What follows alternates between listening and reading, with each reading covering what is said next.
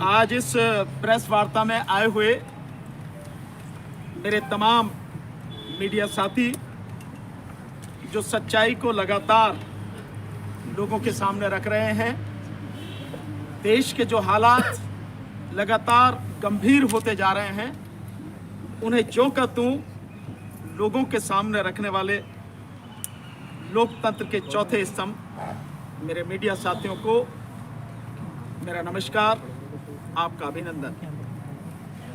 साथियों, आज दो विषय हैं, दोनों बहुत गंभीर विषय हैं, लेकिन मैं पहले जो आज सुप्रीम कोर्ट का फैसला आया है इलेक्टोरल बॉन्ड पर, उसके विषय में हम लोग बात करना चाहेंगे।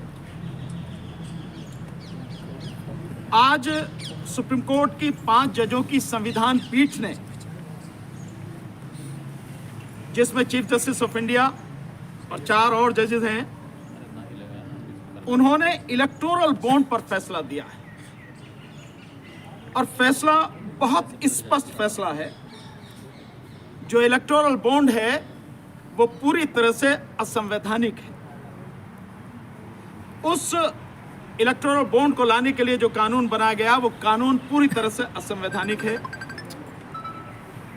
जो इनकम टैक्स एक्ट में उसके लिए संशोधन किया गया था वो भी असंवैधानिक है, और जो उसके लिए कंपनीज एक्ट में संशोधन किया गया था वो भी असंवैधानिक है, और साथ में पीपल्स रिप्रेजेंटेशन एक्ट 1951 में जो संशोधन किया गया था वो भी असंवैधानिक है। कोर्ट ने बहुत स्पष्ट शब्दों में इन सबको असंवैधानिक घोषित किया है, और बहुत स्पष्ट शब्दों में कोर्ट ने कहा है कि देश के नागरिकों को सूचना के अधिकार अधिनियम के तहत ये जानने का हक है कि किस पॉलिटिकल पार्टी को कौन कंपनी या कौन पूंजीपति पैसा दे रहा है, कितना पैसा दे रहा है, ये जानने का उसको हक है।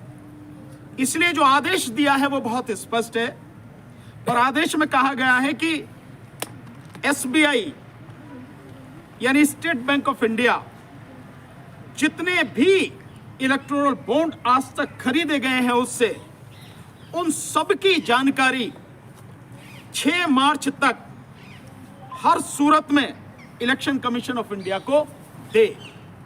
सारा बताए कि किस कंपनी ने कितना खरीदा, और उसके बाद में वो किस पॉलिटिकल पार्टी को गया है, पूरा data election commission of India को 6 मार्च तक बताए। और साथ में एक और बात कही है कि इलेक्शन कमीशन ऑफ इंडिया को डायरेक्शन दी है कि 13 मार्च तक, यानी जैसे ही एसबीआई से उसे जानकारी मिले उसके 1 हफ्ते के बाद तुरंत बताए, अपनी वेबसाइट पर डाले, पब्लिक डोमेन में ये सारी चीजें आए कि किस पॉलिटिकल पार्टी को, किस कंपनी ने, किस पूंजीपति घराने ने, किस पूंजीपति ने कितना पैसा इलेक्टोरल बॉन्ड के माध्यम से चंदे के रूप में दिया है। ये सारी की सारी चीजें बहुत स्पष्ट रूप से अपने फैसले में आज कोर्ट ने कही हैं, और सूचना के अधिकार अधिनियम के तहत ये लोगों को जानने का अधिकार है। इसमें आप कुछ चीज छुपा नहीं सकते हैं किसी भी तरह से। ये जानना जरूरी है, क्योंकि ये इसलिए भी जानना जरूरी है कि जिस उद्योग घराने ने, जिस औद्योगिक घराने ने, जिस पूंजीपति ने, जिस कंपनी वाले ने पैसा दिया है, सरकार बनने के बाद सरकार ने उसको लाभ क्या क्या पहुंचाया है, तभी तो पता लगे कि ये जो नेक्सस है, ये जो गठबंधन है पूंजीपतियों का और सरकार का, ये तभी पता लगेगा। ये जानना हर किसी का हक है, देश के नागरिकों का हक है। ये स्पष्ट आदेश आज सुप्रीम कोर्ट ने दिया है, और इलेक्टोरल बॉन्ड को पूरी तरह से खारिज कर दिया है, उसको गैर संवैधानिक घोषित किया है साथियों।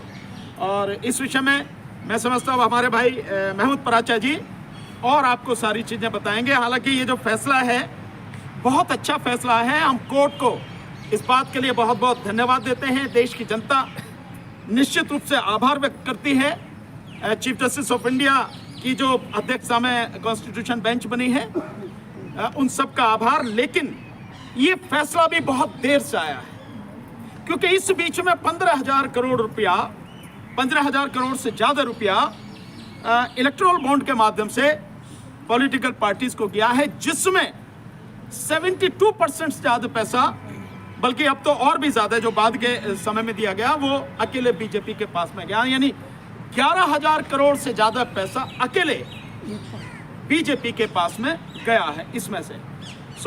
फैसला हम सब उसका स्वागत करते हैं, धन्यवाद देते हैं और इस बात की उम्मीद करते हैं कि जो फैसला इलेक्टोरल बॉन्ड के मामले में आया है, वही फैसला जो पिटीशन ऑलरेडी पेंडिंग है कोर्ट में ईवीएम के संबंध में, उन पर भी इसी तरह का फैसला आएगा। क्योंकि ये जो फैसला है, ये और ईवीएम का फैसला दोनों लगभग जुड़े हुए ही हैं। दोनों के दोनों इस सरकार द्वारा पैसा और सत्ता को हड़पने की कोशिश इन दोनों के माध्यम से की गई है। तो वही फैसला जो एडीआर की पिटीशन पड़ी है और जो पिटीशन पड़ी है उस पे ईवीएम के सिलसिले में आए, ताकि ये नेक्सस जो बना है और सत्ता को हड़पने की जो सारा षड्यंत्र है वो टूटे और लोगों के सामने इस देश के लोकतंत्र को बचाने का एक अच्छा मौका मिले। लोग अपनी इच्छा से जिसको चुनना चाहते हैं, जिसको वोट देना चाहते हैं, उसको वोट दें, उसको चुने और एक निष्पक्ष सरकार चुनकर आए। तो भाई महमूद पराचा जी इस विषय पर आगे बात करेंगे। थैंक यू भानु जी। और हमारे देश के ईमानदार पत्रकारों को भी सलाम। जो यहाँ नहीं है उनकी ईमानदारी पे हमें शक ही रहता है। जो किसी मजबूरी से नहीं आए वो अलग बात है, जो जानबूझ के यहाँ नहीं आते हैं वो वही है जिसके बारे में आज ये जजमेंट सुप्रीम कोर्ट ने दी है। तो भानु जी ने जजेस का शुक्रिया अदा कर दिया। संभ्रांत व्यक्ति हैं ये, मैं उतना संभ्रांत नहीं हूँ और रहना भी नहीं चाहता आज के हालात में, क्योंकि गुंडों को टैकल करने के लिए थोड़ा बहुत संभ्रांतता हमें छोड़नी पड़ती है। और आज हमारा सामना गुंडों से है, मवालियों से है, जो सरकार के अंदर जनता को, देश की मालिक को धोखा दे के किसी प्रकार से बैठ गए। तो मैं सबसे पहले तो देश की जनता को, जो देश की मालिक है और जिससे गुहार लगाई थी सुप्रीम कोर्ट के 4 जजेस ने कि हम पे दबाव है, आप हमारी रक्षा करो, तो जनता ने उसकी देर में सही, सुप्रीम कोर्ट की देर में ही सही सुनवाई की। और जो जनता की अदालत है, सबसे बड़ी अदालत, उसने ये कहा कि सुप्रीम कोर्ट तुम संघर्ष करो, हम तुम्हारे साथ हैं। ये देश की जनता ने कहा। ये फैसला मैं देश की जनता को मुबारकबाद देना चाहता हूँ कि आज ये हौसले वाला फैसला देश की जनता के आश्वासन के बाद आया है, ऐसा मेरा मानना है। और मुझे ये यकीन है कि मैं इसमें गलत नहीं मान रहा हूँ, सही मान रहा हूँ, वरना ये फैसला आना इतना आसान नहीं था।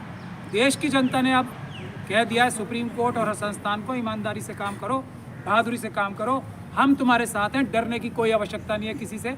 अब इसलिए ये फैसला आया। और ये फैसला क्या है, मैं उसी देश की जनता के मालिकों को उनकी आम भाषा में, उनके समझ में आने वाले तरीके से बताना चाहता हूँ। भानु जी ने सारे एक्ट बता दिए जो गैर संवैधानिक करार दिए हैं सुप्रीम कोर्ट ने। गैर संवैधानिक का मतलब क्या हुआ? संविधान को तोड़कर, संविधान का उल्लंघन करके, गैर संवैधानिक तरीके से ये जो मनुवादी लोग हैं और जो ये आरएसएस और बीजेपी के लोग हैं, इन्होंने इलेक्टोरल बॉन्ड का ये क्राइम किया था, जिसको सुप्रीम कोर्ट ने क्राइम डिक्लेयर किया है, संविधान के विरोध में डिक्लेयर किया है, संविधान के उल्लंघन में डिक्लेयर किया है। जो बाकी कानून होते हैं आईपीसी वगैरह, ये पार्लियामेंट पास करते हैं, संविधान तो हमारे देश की जनता ने पास किया है। तो संविधान की खिलाफत करना सबसे बड़ा अपराध होता है। तो सबसे बड़ा अपराध सुप्रीम कोर्ट ने देश की जनता के हौसला देने पर घोषित किया है। अब 2 चीज़ें बहुत महत्वपूर्ण है इसमें, जो भानु जी ने बता भी दी है, लेकिन मैं उसमें से थोड़ी सी क्लैरिफिकेशन और देना चाहता हूँ। 2 इश्यूज थे। एक इशू ये है कि जो पॉलिटिकल पार्टीज़ हैं उनको चंदा लेना भी आवश्यक है। जो लोग उन्हें चंदा देते हैं, ये सरकार ने क्या क्राइम किया वो बता रहा हूँ, उनकी आइडेंटिटी छुपानी, जो लोग अपोजिशन पार्टीज़ के, छोटी पार्टीज़ को जो चंदा देते हैं, उनकी पहचान छुपानी नितांत आवश्यक है। इसी जो संवैधानिक और कानूनी जो एक प्रोविजंस हैं उसके तहत ही 20,000 रुपये तक कोई अगर किसी पॉलिटिकल पार्टी में देगा तो उसका डिस्क्लोज करना ज़रूरी नहीं है, ये बताना ज़रूरी नहीं है कि किसने पैसे दिए, ताकि उसकी आइडेंटिटी छुपा के रखी जाए। ये एक महत्वपूर्ण कार्य है देश की डेमोक्रेसी चलाने, वो बचाने के लिए उसके साथ इस प्रोविज़न के साथ धोखाधड़ी करके जो अडानी अंबानी जैसे चोर और बदमाश लुटेरे, इनके जो क्रिमिनल्स हैं जो इंडस्ट्रीज की शक्ल में नज़र आते हैं, उनका प्रावधान ये 20,000 रुपये वाले प्रावधान के साथ जोड़ के इन्होंने ये कहा कि कोई 1,000 करोड़ दे, 2,000 करोड़ दे या 10,000 करोड़ दे, उसकी भी आइडेंटिटी नहीं डिस्क्लोज की जाएगी। ये शरारत, ये बेईमानी, ये क्राइम सरकार ने किया था, जिसको एंटी कॉन्स्टिट्यूशनल सरकार ने घोषित, सुप्रीम कोर्ट ने किया है घोषित। ये महत्वपूर्ण बात है। भानु जी ने टाइमलाइन भी बताई। ये सारे इलेक्टोरल बॉन्ड SBI के जरिए ही इशू किए जाने, कोई भी कंपनी को SBI में जाना। पहली महत्वपूर्ण बात, जिस प्रकार से SBI को डायरेक्शन दी गई है अभी और इलेक्शन कमीशन को डायरेक्शन दी गई है, और इलेक्शन कमीशन ने आज भी इस जजमेंट में भी साफ तौर पे लिखा है, मैं आपको पढ़ के भी सुनाऊंगा, कि सुप्रीम कोर्ट में छल कपट करने की कोशिश की, तथ्य छुपाने की कोशिश की, तो वो EVM के लिए भी तथ्य छुपा के झूठे एफिडेविट सुप्रीम कोर्ट में फाइल कर रहे हैं। लेकिन इसमें सुप्रीम कोर्ट ने इलेक्शन कमीशन की चोरी पकड़ ली, वो भी मैं आपको पढ़ के सुनाना चाहता हूँ। ये देखिए, एक 2017-18 में जजमेंट आई थी, इंटरिम ऑर्डर जो 2019 में किया था कोर्ट ने, उसमें ये कहा था कि जो इलेक्शन कमीशन है वो जितनी भी पॉलिटिकल पार्टीज़ के जितने भी इलेक्टोरल बॉन्ड्स आए उनका डेटा कलेक्ट करेगी और सुप्रीम कोर्ट को बताएगी। चुनाव आयोग के वकील ने धोखाधड़ी करके सुप्रीम कोर्ट के साथ क्या बोला, ये मैं आपको पढ़ के सुना हूँ। ये पेज है 149, 150 जो जजमेंट का है। During the course of hearing mister Amit Sharma, council for ECI stated that ECI had only collected information on contributions made in 2019 because a reading of paragraph 14 of the interim order indicates that the direction was only limited to contributions made in that year, यानी कि 2019 में। paragraph 13 and 14 of the interim orders are extracted below। तो election commission के वकील ने, election commission ने supreme court को क्या धोखा दिया कि हमने सिर्फ 2019 के कलेक्ट किए हैं, उससे पहले और बाद के नहीं किए। सुप्रीम कोर्ट ने कहा नहीं, तुम झूठ बोल रहे हो, हमने तुम्हारी चोरी पकड़ ली। और उसके बाद ये कहा है, मैं वो पैराग्राफ इसमें मैं पढ़ नहीं रहा हूँ क्योंकि देर लगेगी उसमें। Paragraph 14 of the interim order, ये 218वां पैराग्राफ है जजमेंट का, of the interim order does not limit the operation of paragraph 13, जिसमें paragraph 13 contains a direction in unequivocal terms to political parties to submit particulars of contributions received by electoral bonds to the ECI. Paragraph 14 only prescribes a timeline for submissions of particulars of contributions when window for electoral bond was open in 2019. तो ये fraud करने से supreme court के साथ election commission नहीं डर रहा है, तो ये अपराधी हैं या कौन है? ये सुप्रीम कोर्ट ने उनका अपराध पकड़ के हाईलाइट किया कि झूठ मत बोलो तुम, हमारा ऑर्डर कुछ और था, सब कुछ देने का था। तो एक तो सब कुछ देने का आदेश किया। दूसरा, अब इसमें महत्वपूर्ण बात क्या है, आप सब लोग भी तैयार हो जाइए और हम लोग भी तैयार हो रहे हैं। दो चीज़ें महत्वपूर्ण हैं। मार्च के महीने में जब 3 हफ्ते पूरे हो जाएंगे, ये सारी डिटेल्स इलेक्शन कमीशन के पास आ जाएंगी और उसको अगले हफ्ते में पब्लिश करना है। तो जिस देश के गद्दार इंडस्ट्रियलिस्ट ने धोखाधड़ी करके ये पैसे दिए ना, चोरी छुपे करके, उस सब के खिलाफ क्रिमिनल केसेस करने का टाइम अब आ गया है। उन सब लोगों को जेल में भिजवाने का काम किया जाएगा, जो हवाला के माध्यम से। अभी दूसरा एस्पेक्ट और है, अब ये जो डिटेल्स बैंक के माध्यम से दी जाएंगी, ये ईडी का काम है। हम लोग ईडी का भी घेराव करेंगे कि अब तय करो कि ये अडानी की कंपनी कौन थी, फ्रंट कंपनी कौन थी, और किसने भारतीय जनता पार्टी को 90% पैसे क्यों दिए हैं। क्या कोई और पार्टी ऐसा अच्छी नहीं लग रही है? तो सुप्रीम कोर्ट ने अपनी जजमेंट में ये भी कहा है, 2 वजह होती है पैसे देने की। एक होती है किसी पॉलिटिकल आइडियोलॉजी से लगाव, और दूसरा होता है चोरी, कि ये पॉलिटिकल पार्टी क्योंकि जीत रही है या हमारे फ्रॉड करने में मदद करेगी, इसलिए हम इसको पैसे से भर दें ताकि ये गलत या सही, ये इन प्रकारेण फ्रॉड, धोखाधड़ी, चीटिंग करके सत्ता में आए और देश को लूट के हमें पैसा दे दे। दो तरीके सुप्रीम कोर्ट में आम आदमी की भाषा में बता रहा हूँ। तो बुरी चीज़ ये नहीं है कि जो लोग अपनी आइडियोलॉजी की वजह से पैसे देते हैं, बुरी चीज़ ये है कि धोखाधड़ी करने से, देश की जनता को लूट कर पैसा चुराने की वजह से जो पैसे दिए जाते हैं, और उसमें अडानी, अंबानी और उन जैसे बहुत सारे लोग अब पकड़े जाएंगे। देश की जनता और जो हमारे जागरूक नागरिक हैं डेटा एनालाइज करने के लिए तैयार हो जाएं। इस काम पे हमने फौरन लग जाना है और एक एक बीजेपी और आरएसएस के व्यक्ति को जिसने इलेक्टोरल बॉन्ड के माध्यम से और दूसरे माध्यमों से चोरी की है, ऐसे लोगों से फायदे उठाए हैं, उनको पकड़ के जेल में भिजवाने की कार्रवाई हम कर रहे हैं। या दूसरी बात यह है कि ये तो हो गई सिर्फ जो बातें नजर आ रही हैं इलेक्टोरल बॉन्ड के थ्रू। एक बड़ी मुहिम देश में इस बात की भी चलनी चाहिए कौन कौन से आरएसएस के व्यक्ति ने अपना पैसा पिछले कुछ सालों में, 10 सालों में बढ़ाया है बीजेपी के, उसके लिए भी हम जनता से आह्वान करते हैं। एक बात जो और निकल के आ रही है, जिस प्रकार से इलेक्शन कमीशन धोखा कर रहा है सुप्रीम कोर्ट से, और जैसे सुप्रीम कोर्ट ने ये अपराध घोषित किया है, संविधान के खिलाफ अपराध घोषित किया है इलेक्टोरल बॉन्ड्स को, उसी तरीके से ईवीएम भी भारत के संविधान के खिलाफ, भारत की जनता के खिलाफ और भारत के कानून के खिलाफ, जो अभी पार्लियामेंट का कानून है उसके खिलाफ एक अपराध है, धोखा है ईवीएम। तो देश की जनता को आज ये कमर कस लेनी चाहिए। आप लोगों ने सुप्रीम कोर्ट को ताकत दी तो ये जजमेंट आई है, और आप सुप्रीम कोर्ट से भी बड़ी अदालत हो, जनता की जो अदालत है, जिसने हमें अपने नौकरों को मजबूर किया है कि हम ये लड़ाई लड़ रहे हैं आपके यहाँ। तो आप तैयार हो जाओ। ईवीएम का भी आप लोग गुजारिश करो सुप्रीम कोर्ट से कि फैसला करो, वो भी अपराध है, वो भी गुनाह है, वो भी संविधान के खिलाफ अपराध है। तो जनता को अपना आंदोलन और तेज कर देना चाहिए ताकि सुप्रीम कोर्ट को और हिम्मत आए और वो और बहादुरी बड़े फैसले कर सके।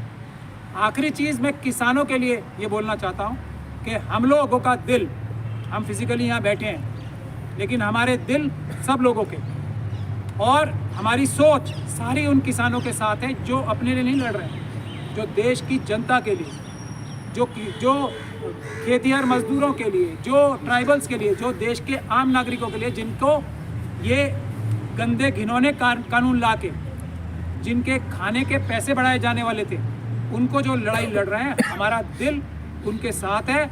हम आपकी मदद के लिए किसी भी हद तक जाने को तैयार हैं, तैयार बैठे हैं वकील भी और हमारे बाकी साथी भी जो ईवीएम हटाओ संयुक्त मोर्चा के साथी और सिपाही हैं, सब आपके लिए तैयार बैठे हैं। आप चिंता मत करो। आप दिल्ली से बाहर कर रहे हो प्रोटेस्ट, जल्दी ही आप लोगों से कोऑर्डिनेट करके आपके नुमाइंदे बन के हम ये दिल्ली के अंदर आपका प्रोटेस्ट करेंगे, ऐसा हम वादा कर रहे हैं। बहुत बहुत आपका धन्यवाद। मैं